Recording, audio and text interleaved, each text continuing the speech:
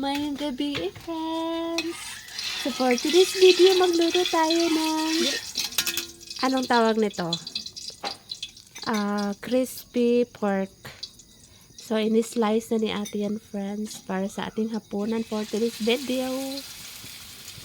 So now si ate ang nagluluto dito sa aming magandang ano sa'yo tawagan ng magandang lutuan?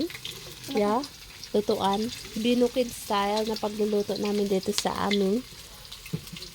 Sige, tawagan ni ma? Agan.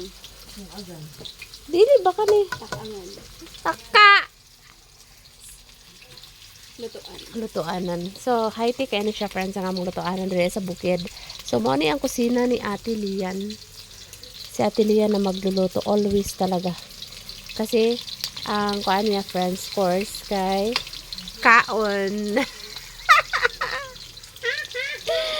So, morning atong update karon sa atong pagpuyo diri sa bukid. 3 days na mi diri friends for mag ingani permente among ginabuhat. Kaon luto, kaon luto. So, dali na siya maluto kung ginilagyan ni ate ng pan friends. Agay! Hindi ka sakit. Crispy fry. So, padayon ta sa atong gibati diri ha. Crispy fry. Diretso na naman.